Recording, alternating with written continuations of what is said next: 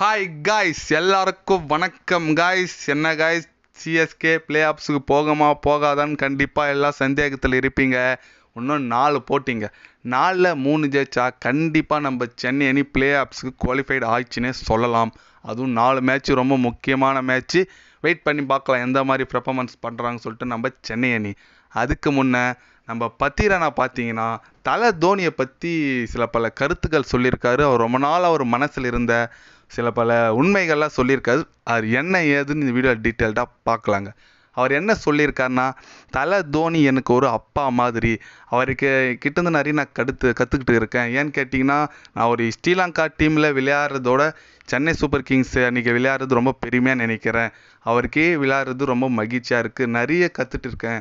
2011 இந்தியாவும் ஸ்ரீலங்கா தான் ஃபைனல் ஆடினாங்க. அது தலை லாஸ்ட் ஒரு 6 அடித்து மேட்ச் முடிஞ்சு கப்பை வின் பண்ணி கொடுத்துருப்பாரு. அதை நான் சின்ன பையனாக டிவியில் இருந்து பார்த்துட்டு இருந்தேன். சின்ன வயசுலேருந்தே எனக்கு ரோல் மாடல் தோனி தான்.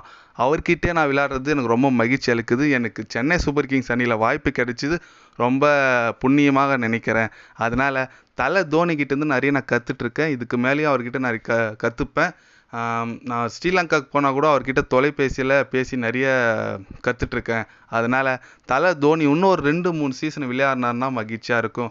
ஏன்னா ஸ்ரீலங்கா போய்ட்டு நான் அப்போ கூட எனக்கு ஸ்ரீலங்காவில் இருந்தாலும் கால் பண்ணி பேசினா செலிக்காமல் என்கிட்ட பேசுவார். அதுதான் அவரோட குணம். அதனால் பத்திரனா இந்த மாதிரி பேசியிருக்கிறது எல்லாருக்கும் ஒரு அதிர்ச்சியாக இருக்குங்க. ஏன்னு கேட்டிங்கன்னா, தலை தோனி வழக்கமாக சிஎஸ்கே கேம்பில் விளையாடும் போது இப்படி பேசுவார், கருத்தருன்னு சொல்லலாம். அவர் ஸ்ரீலங்கா போய்ட்டு அவர்கிட்ட தொலைபேசி மூலமாக பேசி நிறைய பேருக்கு இதுமாரி அவரோட ஸ்கில்ஸ்லாம் சொல்லித்தரான்னு நினைக்கும் போது ரொம்ப மகிழ்ச்சியாக இருக்குங்க. தலை தோனி தாங்க. தோனின் பேர் சொன்னாலே ஒரு இன்ஸ்பிரேஷனான வார்த்தைங்க.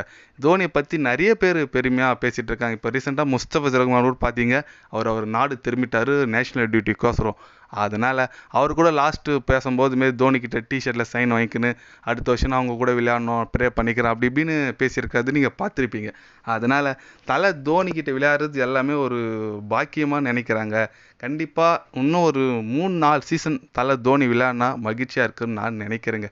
எத்தனை பேர்லாம் தோனி இன்னும் கண்டினியூ பண்ணணும், இன்னும் ஒரு எத்தனை சீசன் விளையாடணும்னு நினைக்கிறீங்கன்னு சொல்லிட்டு ஒரு கமெண்ட் பண்ணிட்டு போங்க. பத்திரனா இந்தமாரி பேசியிருக்குது, அதை பற்றி நீங்கள் என்ன நினைக்கிறீங்கன்னு சொல்லிட்டு அது ஒரு கமெண்ட் பண்ணிட்டு போங்க. இன்னொன்று, சென்னை அணி செமிஃபைனல் போகுமா போகாதா அதுவும் என்ன நினைக்கிறீங்கன்னு சொல்லிட்டு ஒரு கமெண்ட் பண்ணிட்டு போங்க. இது போன்ற ஸ்போர்ட்ஸ் நியூஸை தெரிஞ்சுக்கணுன்னா சேனலை சப்ஸ்கிரைபும் லைக் ஒன்று பண்ணிக்கோங்க. கண்டிப்பாக கிரிக்கெட் பற்றி, முக்கியமாக ஐபிஎல் பற்றி day by day channel update வரும். மறக்காமல் சப்ஸ்கிரைப் மட்டும் கொஞ்சம் பண்ணி வச்சுக்கோங்க. நன்றி, வணக்கம்.